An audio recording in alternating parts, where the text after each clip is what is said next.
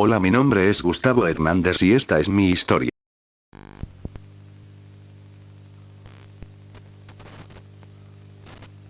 Cuando era pequeño, vivía en un campo rural, específicamente en una choza de muy bajos recursos con mis 6 hermanastros, mi madre y mi padrastro, quien nos maltrataba de una forma extrema y recurrente.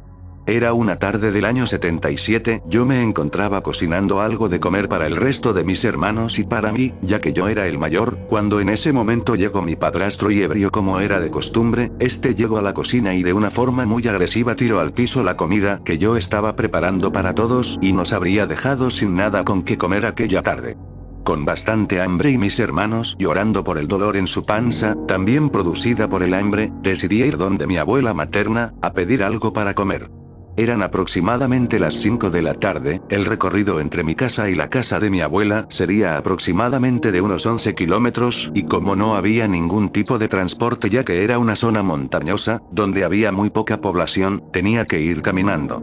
Tomé mis alpargatas y empecé mi camino. En el recorrido estaba preocupado de dejar a mis hermanos pequeños con mi padrastro y del daño que les podría estar haciendo, así que me apresuré entre el camino de piedras y baches mientras atardecía y saludaba a algunos vecinos en el camino. Cansado, vi la casa de mi abuela a lo lejos y desde ahí sentí una vibra de que algo malo iba a pasar, tal vez miedo que muy pocas veces lo sentía, por varias circunstancias de mi vida. Mi abuela era una persona muy cariñosa, diferente a mis padres, llegué al fin a su casa. Era la única persona que me trataba bien, así que perdí la noción del tiempo mientras conversaba con ella. En aquellos tiempos no teníamos reloj y le pedí a mi abuela que me diera la hora, así que mi abuela miró el cielo y me dijo la hora, eran las 9 de la noche. Yo completamente sorprendido y apurado tomé la comida que me había dado mi abuela, tomé mis cosas para irme, cuando mi abuela me ofreció quedarme en su casa ya que estaba completamente oscuro y en el camino no había luz, ni siquiera en las casas ya que había que alumbrar con velas.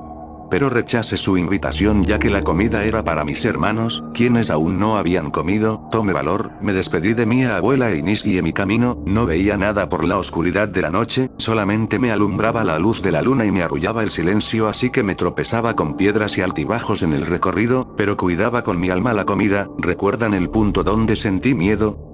Pues allí estaba otra vez, sudando frío y con más dificultad para caminar ya que mis piernas temblaban de una manera muy brusca. En ese momento caminaba más lento de lo normal, pero hubo una cosa en el camino que me hizo sentir completamente helado. Era una forma rectangular atravesada en todo el camino que se veía a lo lejos, pero pensé en mis hermanos tomando un respiro de vigor, apurando mi paso con el corazón a 1000 por minuto. Me iba acercando poco a poco a esa cosa, sintiendo que la luz de la luna se intensificaba, hasta que me di cuenta que era un ataúd. En ese momento me paralicé, pero mi única opción era seguir. Agaché mi cabeza y cerré mis ojos con fuerza mientras seguía. Toqué el ataúd con mis pies sin caer y pasé por encima de él con los ojos cerrados, percibiendo sus dimensiones. Seguía caminando encima de él, pero sentía que el ancho de ese ataúd no acababa. Me desesperé y salí a correr hasta que al final del ataúd por su altibajo tropecé y estaba cerca de mi espalda. Me levanté sin pensarlo y corrí con lágrimas en mis ojos mientras mis labios rezaban un Padre Nuestro.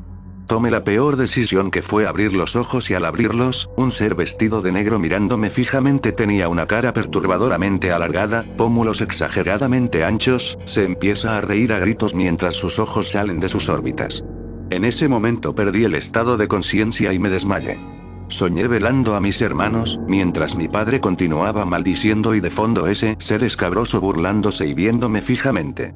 Cuando despierto agradecí a Dios que era de día. Estaba a la mitad del camino y seguí mi recorrido cuando en un árbol cerca de mí, noté un cuerpo colgando y me di cuenta de que había pasado la noche junto a aquel cadáver.